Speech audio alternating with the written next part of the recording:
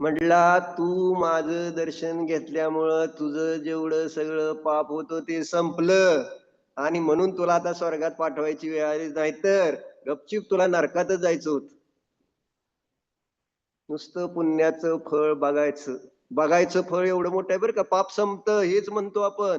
एसो पंचनमो यारो सव्व पावपनासन. काय बघायचं असतं?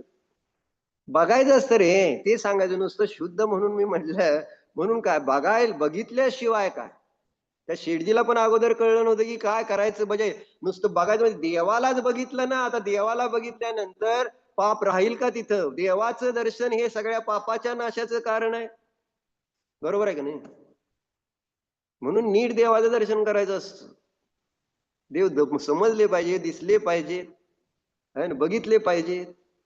आणि ते देव दर्शन त्यांच्याकडे पण तसं सांगितलंय, सगळं पाप नष्ट करत. आणि त्या शेठजीचं अनायास पाप नसतं, बघून पाप नष्ट झालं सांगायचं.